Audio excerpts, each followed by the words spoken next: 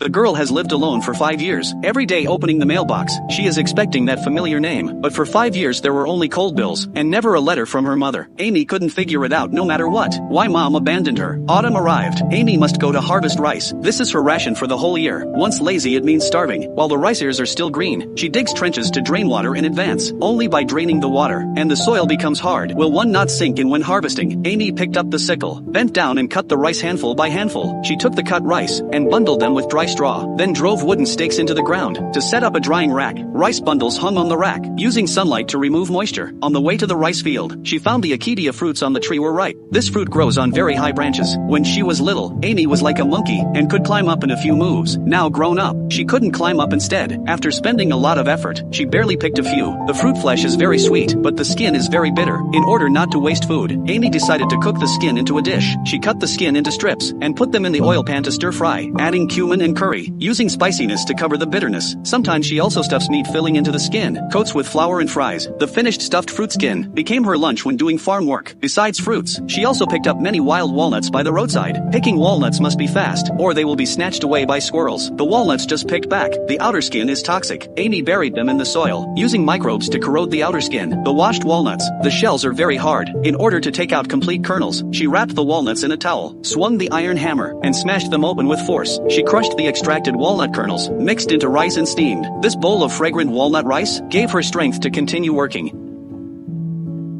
このご飯は去年のお米だ。